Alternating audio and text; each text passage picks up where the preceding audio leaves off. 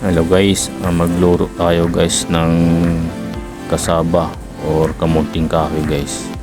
So bago natin dito lutuin guys, siyempre balatan muna natin guys. So ganito ang pagbalat nito guys. Kailangan natin guys na balatan bago natin lutuin para maganda yung resulta guys ating niluluto guys. Panoorin nyo guys kung paano ito babalatan guys. So kailangan guys habang binabalatan natin guys, samahan natin guys ng magandang fillings. Siyempre pagkatapos balatan, kiskisin natin guys kung sa ibabaw para hindi siya madulas.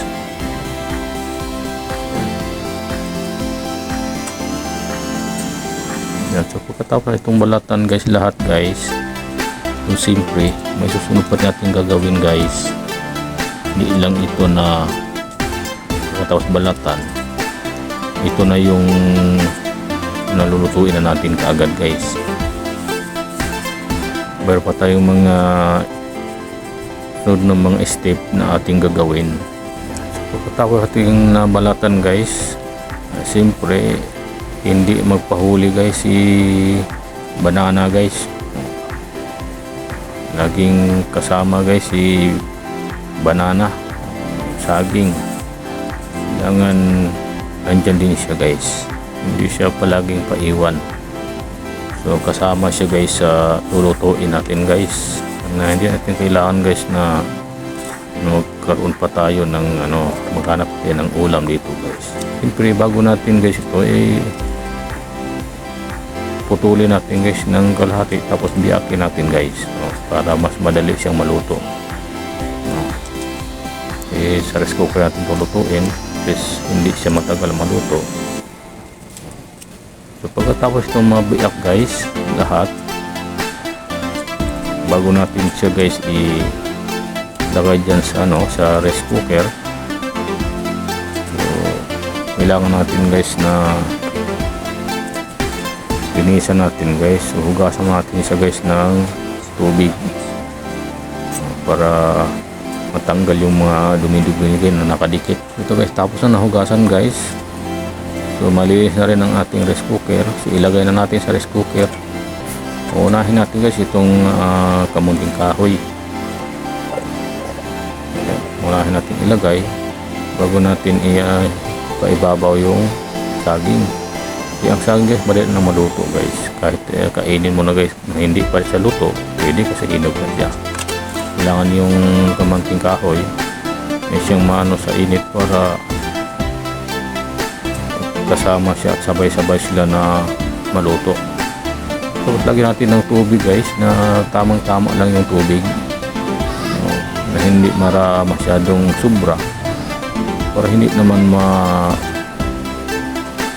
malugaw o malata yung natin guys, yung natin niluto. Tapos salang na natin guys.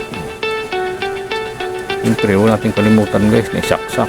Ngayon guys, ito na ilang mga minuto guys, maluto na rin to guys.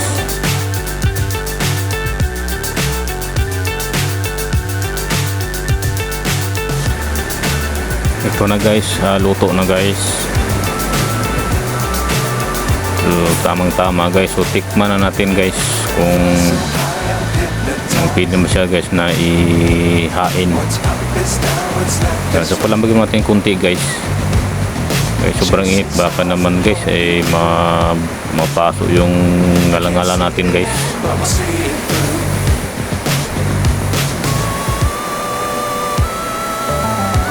So pwede na guys. So lutong-luto na.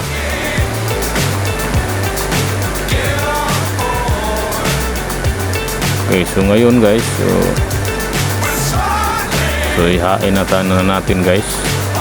So at ilipatan tayo natin guys sa lagayan natin para palamigin natin guys.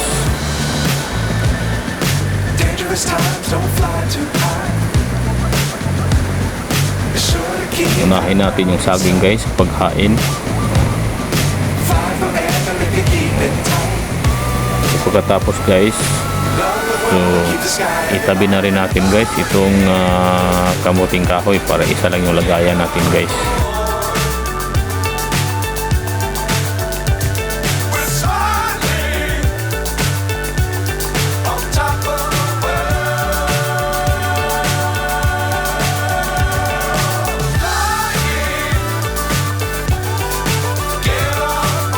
ito guys. So tapos na guys, nating isalin guys sa lagayan guys. So, kakain na tayo guys. So kahit walang ulam guys, kakain tayo guys. Kailangan natin ng ulam guys. Hanggang dito na lang guys. Thank you for watching guys.